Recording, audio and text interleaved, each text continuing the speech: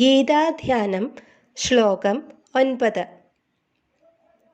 യം ബ്രഹ്മാ വരുണേന്ദ്രരുദ്രമരുതഃ സ്തുന്വന്തി ദിവ്യൈസ്തവൈഃ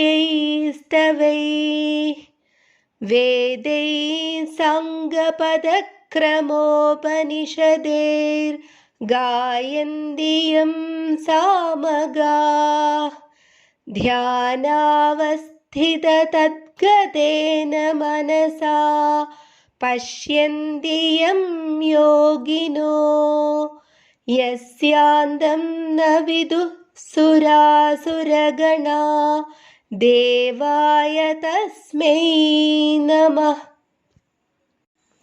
യാതൊരു ദേവനെയാണോ ബ്രഹ്മാവ്, വരുണൻ, രുദ്രൻ, വായു എന്നിവർ ദിവ്യങ്ങളായ സ്തോത്രങ്ങളാൽ സ്തുതിക്കുന്നത്, സാമവേദികൾ ആരെക്കുറിച്ചാണോ വേദോപനിഷത്തുകളുടെ 6 അംഗങ്ങളാലും പദക്രമ പാഠങ്ങളാലും കീർത്തിക്കുന്നത്, ധ്യാനത്തിൽ തദ്ഗത മനസ്കരായ യോഗികൾ ആരെയാണോ ദർശിക്കുന്നത്, ആരുടെ മഹത്വമാണോ ദേവന്മാരും അസുരന്മാരും അറിയാത്തത്, ആ ദേവനെ ഞാൻ നമസ്കരിക്കുന്നു.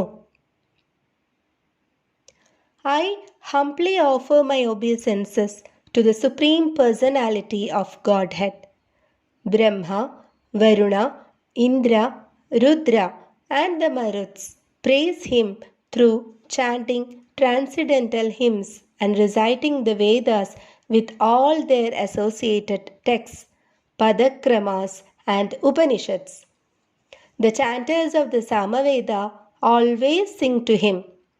Perfected yogis see him within their minds after immersing themselves in trance. His limit cannot be fathomed by any demigod or demon.